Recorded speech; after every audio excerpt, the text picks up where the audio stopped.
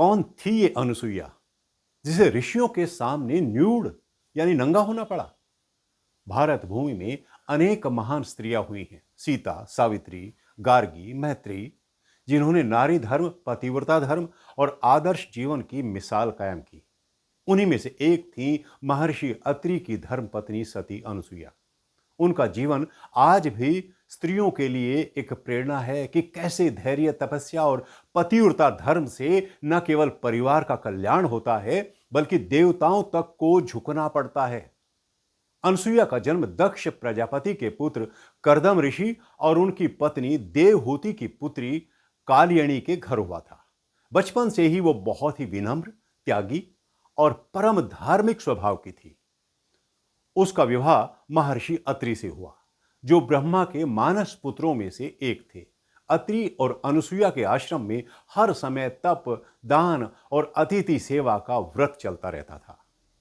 अनुसुईया का नाम ही है जिसके हृदय में ईर्ष्या ना हो, यानी वे ऐसी तति थीं कि जिनके भीतर किसी के लिए द्वेष या जलन का भाव ही नहीं था।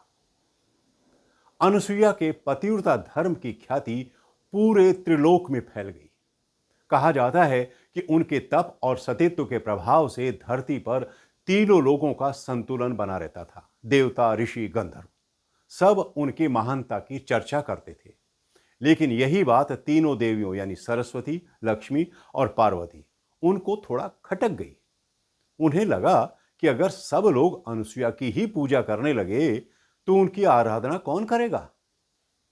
जब तीनों देवियां अपने पतियों यानी ब्रह्मा, विष्णु और शिव से बोली, आप लोग जाकर सती अनुसुईया की परीक्षा लीजिए, देखिए क्या वाकई वे इतनी महान हैं।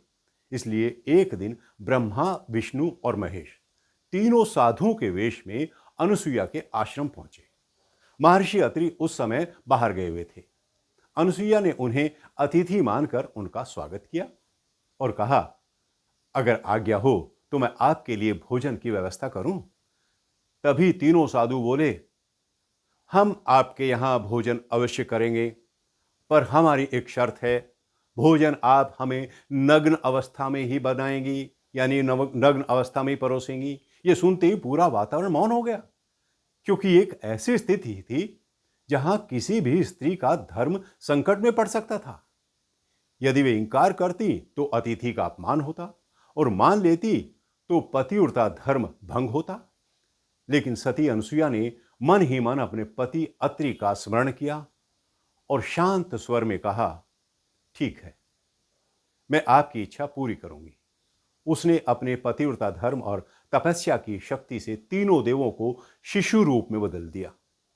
अब वे तीनों नग्न बालक हो गए, अंजलि फैलाकर भोजन के लिए जिद करने लगे। अनुसुईया ने मातृत्व भाव से उन्हें शिशुओं के वस्त्र पहनाए, गोद में खिलाया और उन्हें दूध पिलाया।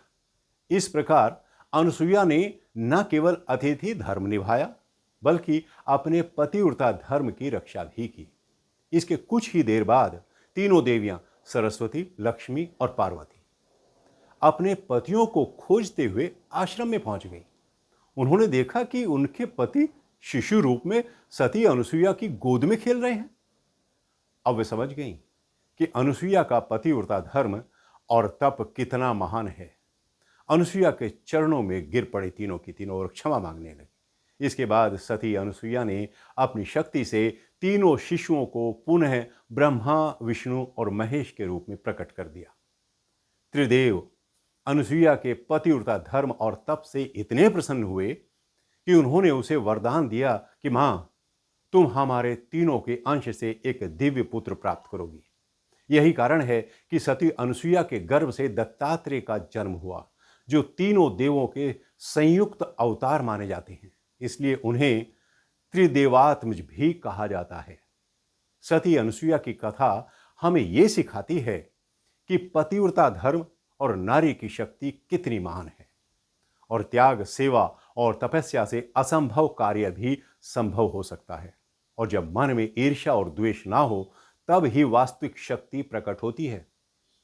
आज की पीढ़ी के लिए संदेश है कि केवल बाहरी शक्ति नहीं, बल्कि चरित्र और धर्म की शक्ति ही सच्ची ताकत है। अनुसुईया जैसी नारियां ही समाज का वास्तविक आधार होती हैं। इसलिए भारत की संस्कृति में सती अनुसुईया का नाम अमर है। वे न केवल एक महान पतिव्रता स्त्री थी, बल्कि मातृत्व, करुणा और धर्म की जीवित प्रतिमूर्ति थी। उनकी कथा आज भी हमें प्रेरित करती है कि नारी के सम्मान और शक्ति को कभी कम मत आंकना, क्योंकि वही घर, समाज और समस्त सृष्टि का आधार है। मुझे पूरी उम्मीद है कि सती अनुसुईया की यह कहानी आप लोगों को जरूर पसंद आई होगी। सती अनुसुईया का आश्रम आज भी आप लोग चित्रकूट में जाकर देख सकते हैं। मुझे अपने कमेंट लिखकर जरूर बताइए। फिर भेंट होगी। नमस्कार।